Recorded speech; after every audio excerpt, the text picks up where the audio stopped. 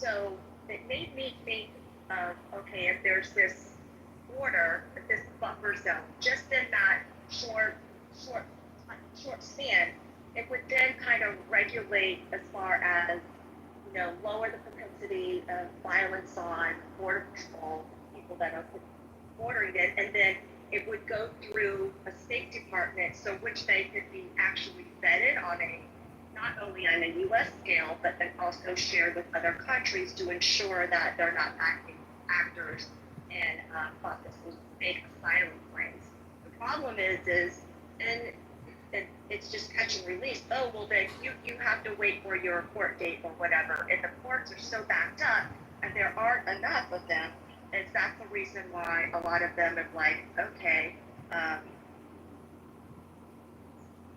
well, I'm just waiting to answer, Abby, what countries. I'm not sure what you're asking. I was talking about Cuba and Guantanamo Bay, but the countries that they would be placed into would be like South American countries. I don't know if that was what you were referring to after that.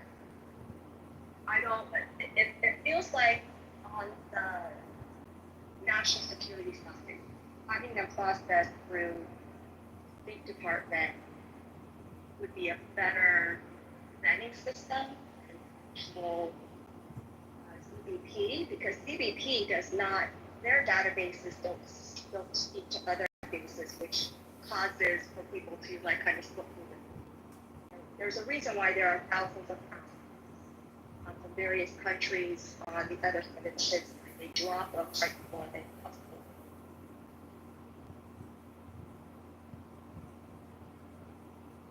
Yes, Abby, same language. So when we lived on Guantanamo Bay, the Cuban nationals that claimed asylum and then they were waiting to be placed, a lot of them went to Guatemala, and then also Guatemala, I think Guatemala and Panama. But those were based off of NGOs.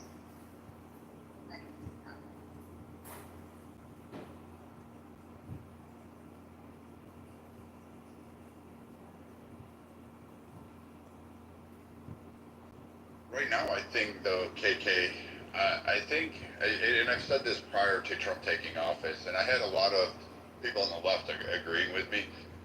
The trickle-down approach seems to be working, because if you actually look at the actions by the Trump administration that has kind of forced Mexico's hand for all of their pontification speeches and all of their morality speeches, Mexico is currently deporting massive amounts of immigrants and securing their southern border.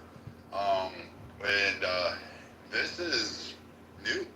Usually they just funnel them through, and Mexico is not playing games with it. So it's actually fascinating to hear that approach is actually working.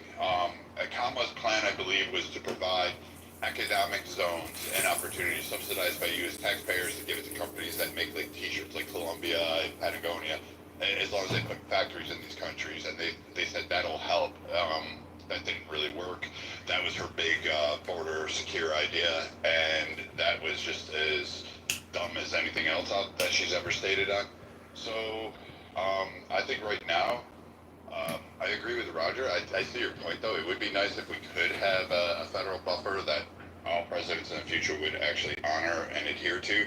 I think the U.S. government, under its federal system, would actually do a better job of catching those that we definitely don't want in the country, most particularly terrorists, and then being able to secure them and handling it at a federal level with a decreased cost to the state. But the same concern would arise with me is, what if you did get AOC? Oh, dear God, we'd all be flooding to Canada, I guess, because they have a secure border and they don't allow people in. So, I mean, it would just be a nightmare to give that kind of power to it.